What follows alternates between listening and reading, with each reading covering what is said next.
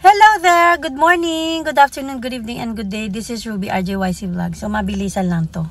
Naniniwala ko sa sinabi ni Senator Jinggoy Estrada na hindi siya salarin dyan sa flood control projects. At idinami lang siya nitong si Bryce na sinungaling.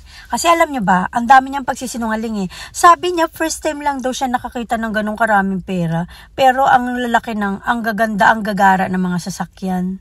Lamborghini at kung ano-ano pang mga mamahaling gamit. Tapos sasabihin, first time lang nakakita ng ganong pera. Ay nako, sure na sure talaga ako ang magnanakaw ay kapatid ng sinungaling. At yung ka-Bryce, okay?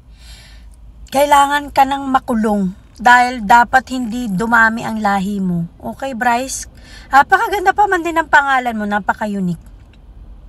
Pero yung pagnanakaw mo hindi unique kasi madami kang karamay dyan. Marami kayong mga magnanakaw at saka sinungaling. So, dapat lang sa inyo sa dagat-dagatang apoy. Okay? Babush.